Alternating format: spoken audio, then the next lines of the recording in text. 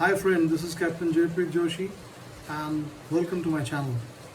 तो आज का जो वीडियो है वो है वेपन्स को किस प्रकार से पहचानें और हम उनसे किस तरीके से बच सकते हैं।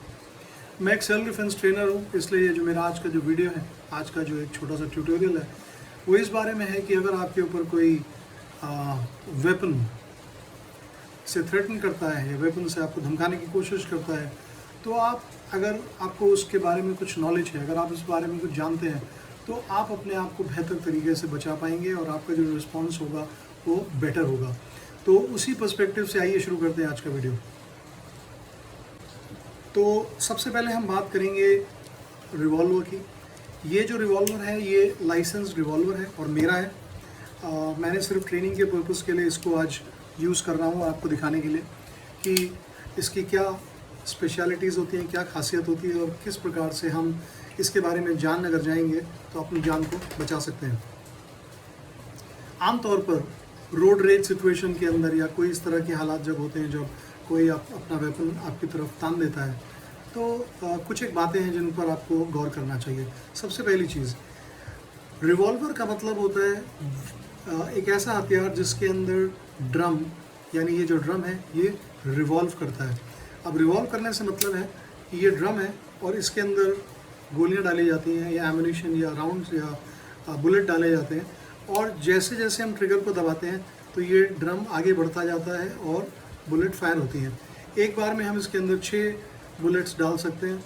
और भी तरह के वेपन्स आते हैं जिसके अंदर 3 या 9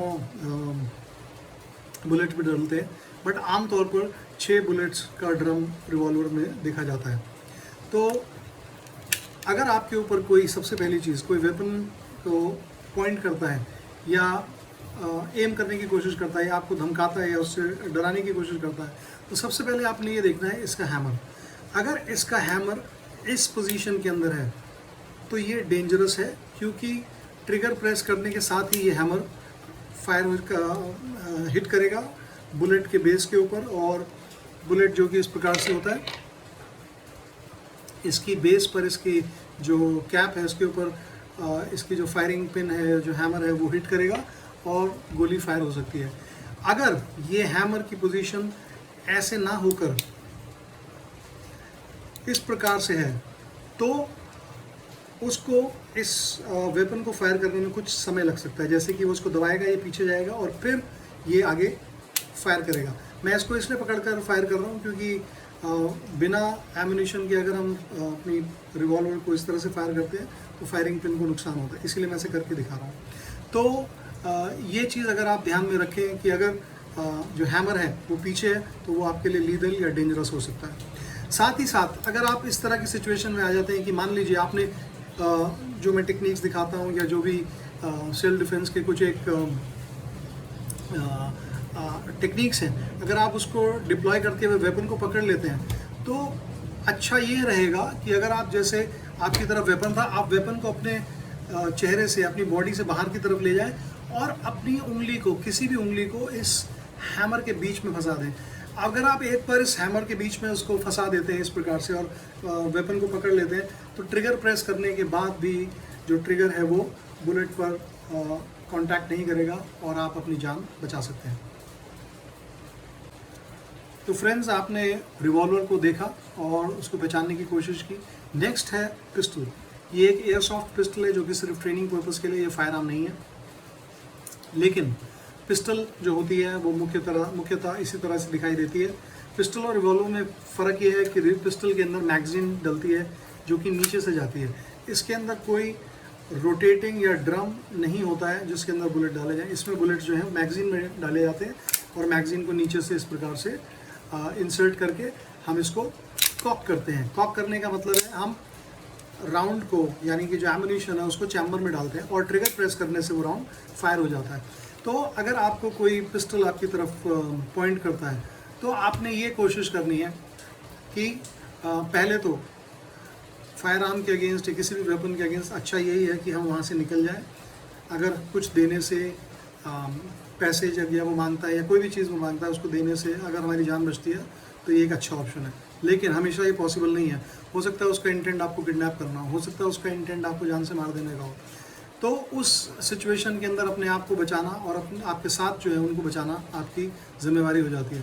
तो उस सिचुएशन में क्या करते हैं, अगर हम वेपन को इस प्रकार से अपने इसकी जो लाइन ऑफ फायर है उससे बाहर निकलते हैं, तो हम उस बुलेट जिसकी स्पीड तकरीबन 1400-1500 फीट पर सेकंड की होती है, हम उसको अपने को क्षति पहुंचाने से रोक सकते हैं।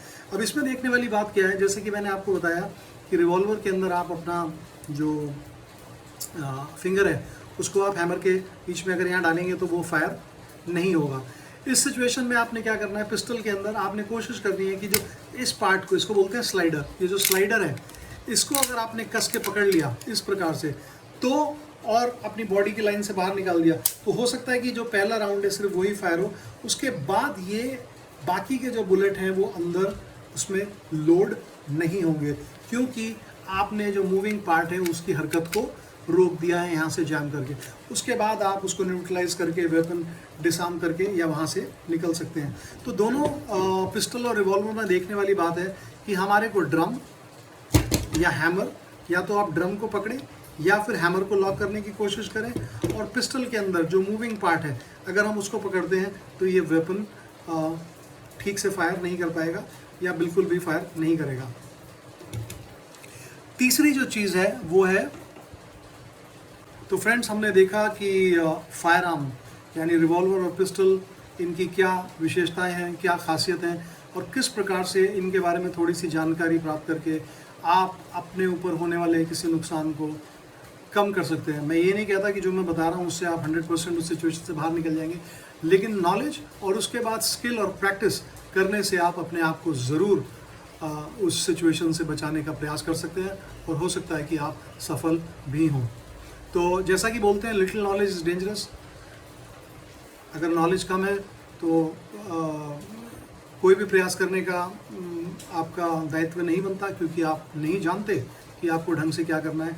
इसलिए इम्पॉर्टेंट ये हो जाता है कि हम इस चीज़ को समझें और अपने लाइफ में खुदा न खास्ता अगर कोई बात हो तो उसको किस प्रकार से हम मिटिगेट कर सकते हैं या रोक सकते हैं। मुझे उम्मीद है कि आपको ये जो वीडियो है, ये छोटी सी नॉलेज जो मैंने शेयर करने की कोशिश की है, पसंद आई होगी। अगर आपको पसंद आई तो कृपया करके इसको लाइक करें, शेयर करें और उन लोगों के साथ भी इसको बांटें जिनकी लाइफ के बारे में आप केयर करते हैं। तो अगली बार मैं आऊँगा एक और वीडियो लेके, जो कि होगा शार्प एजेड वेपन्स यानी नाइफ्स के बारे में, कि नाइफ कितने तरह के होते हैं, कितने प्रकार के होते हैं और किस प्रकार से आप नाइफ से होने वाले नुकसान को कम कर सकते हैं। So till next time, be a hard target. Bye bye.